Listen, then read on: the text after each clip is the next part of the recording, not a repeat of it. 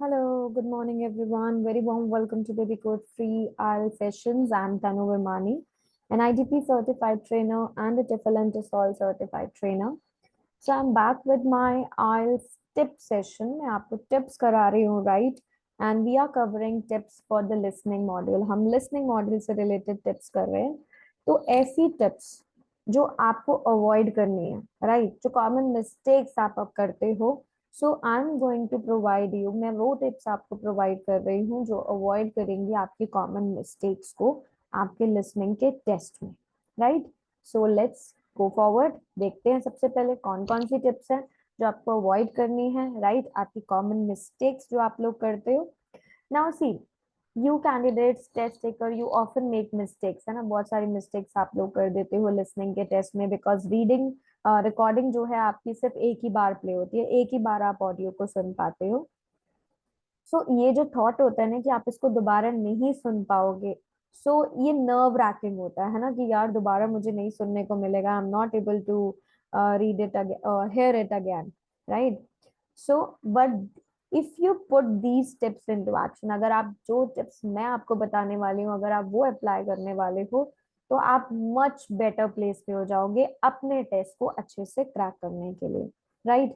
सो आइल्स के listening test में recording हमेशा एक ही बार प्ले होती है, right?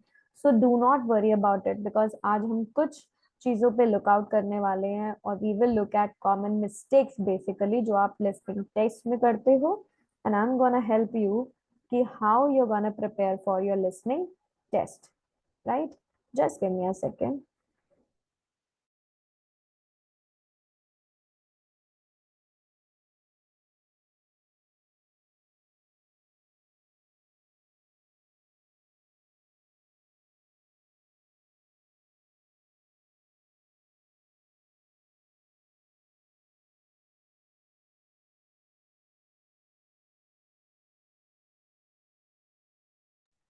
So let's look at the first tip.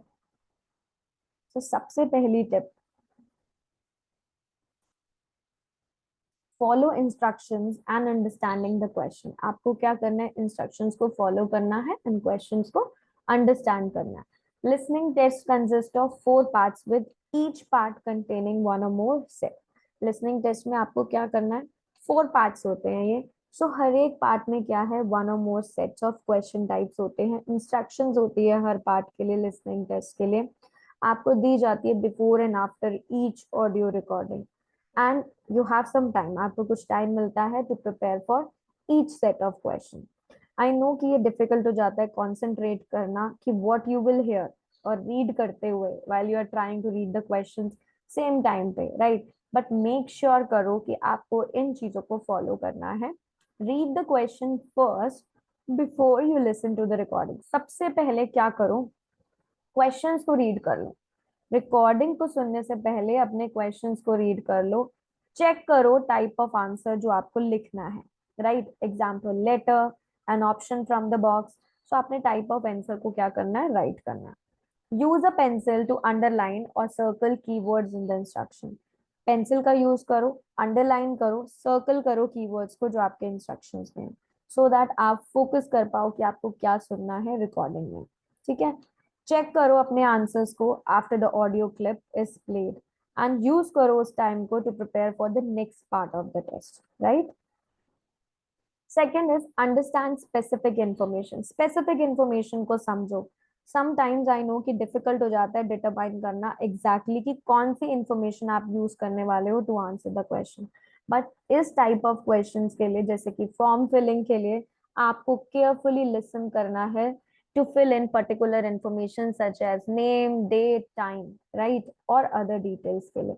So certain question types जैसे कि form filling है, आप उसको अच्छे से सुनो, fill in करो particular information को कि क्या दिया, name दिया, date दिया, time दिया, क्या दिया. So अगर आपको अंडरस्टैंड करना है इस क्वेश्चन को, मेक श्योर कि आप रीड कर रहे हो क्वेश्चन को carefully, so that you know कि कौन सी इंफॉर्मेशन आपको सुननी है. कुछ टाइम स्पेंड करो स्टडी करके, किसको? उस इंफॉर्मेशन को जो आपको दी गई है. Then listen to the instruction, फिर अपने इंस्ट्रक्शंस को सुनो. सिनोनिम्स को सोचो कि क्या सिनोनिम्स आपको मिलने वाला है अपने कीवर्ड्स के लिए। Synonyms are similar meanings. As recording will use different words, recording में आपको डिफरेंट वर्ड और फ्रेज मिलने वाला है, आपकी वर्डिंग का जो आपकी बुकलेट में दिया है उससे डिफरेंट होगा, राइट। सो स्पेसिफिक इंफॉर्मेशन को समझो। Third tip is follow the description.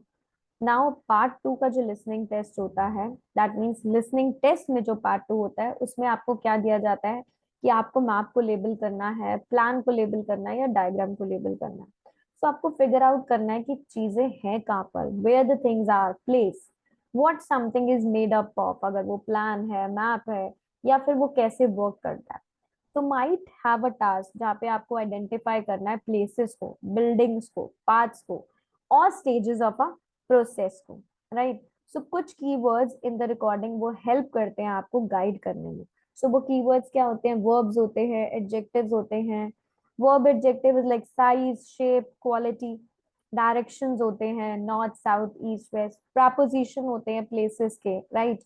So preposition क्या होते हैं, in front of, next to, behind, on, off, right. So आपको उन चीजों को क्या करना है, थिंक आउट करना है कि कौन कौन से कीवर्ड्स आपको रिकॉर्डिंग में दिए गए हैं। अगर आप अनश्योर हो कि लेफ्ट कौन सा है, राइट कौन सा है, या नॉर्थ कहाँ है, साउथ कहाँ है, so simple hint to write is आप एल एंड आर लिख लो वहां पे और कंपास पॉइंट्स को ड्रॉ कर लो अपने क्वेश्चन बुकलेट पे। तो आपको इजी हो जाएगा डायरेक्शंस को फॉलो करना। आपने पहले से मार्क कर लिया कि लेफ्ट राइट ये है और नॉर्थ साउथ ये है, राइट।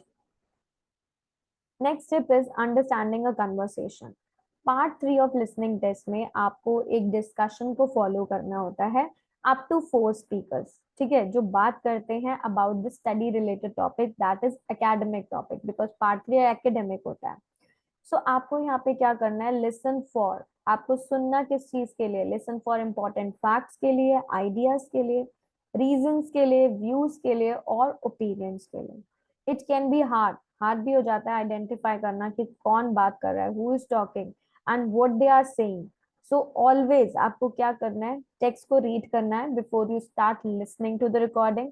नोट डाउन करना है इंफॉर्मेशन को about the speakers and their relationship, कैसे वर्क करते हैं, how it relates to situation also, ठीक है। Next one is this can help you anticipate which speaker is about to talk. जब आप नोट डाउन कर दोगे इन्फॉर्मेशन को स्पीकर्स के बारे में, उनके रिलेशनशिप्स के बारे में और वो सिचुएशन से कैसे रिलेट करते हैं, तब आपको हेल्प हो जाएगी इस चीज में कि speaker is about to talk, कौन सा स्पीकर बात कर रहा है और स्पीकर क्या बोल रहा है, right.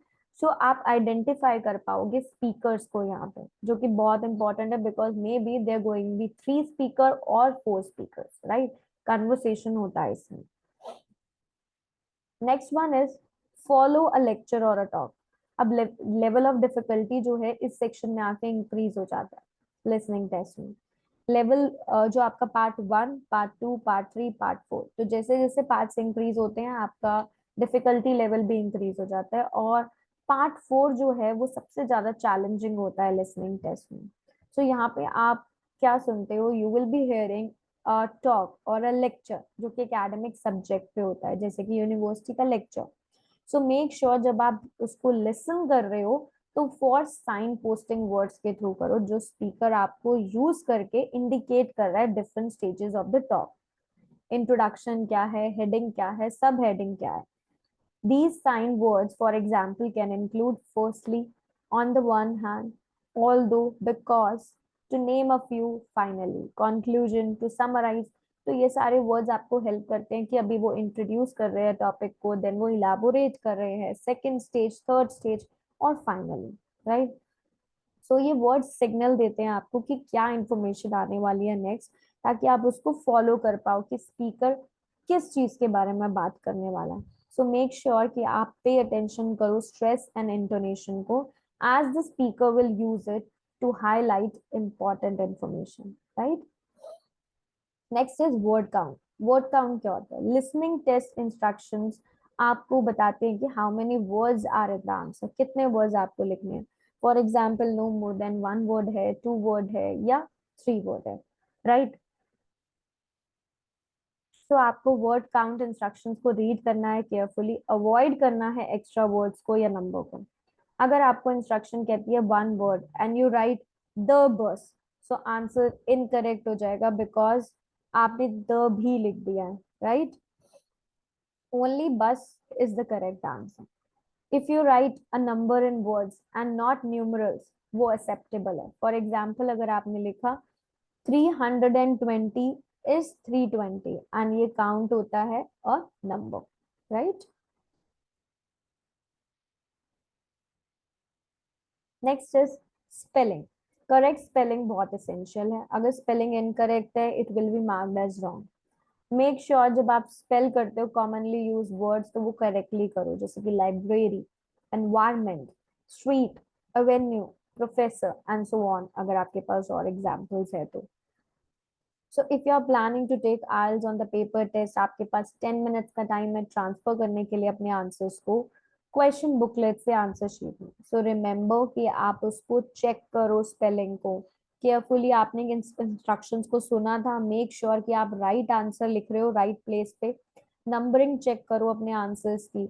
So as with all the test, ठीक है, the key to success is कि आप प्रिपेयर करो एंड प्रैक्टिस करो. प्रैक्टिस से और प्रिपरेशन से you can put yourself in the best possible position to succeed, right?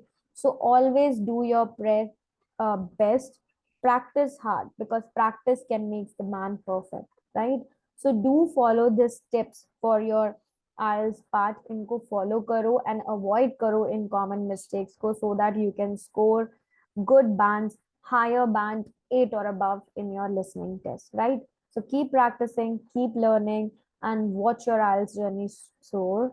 And stay tuned for more tips and strategies. And do attend our live session at 4 p.m. today, Monday to Friday, every day, 4 p.m. session, 4 to 5, where you can have all your doubts and queries. Okay?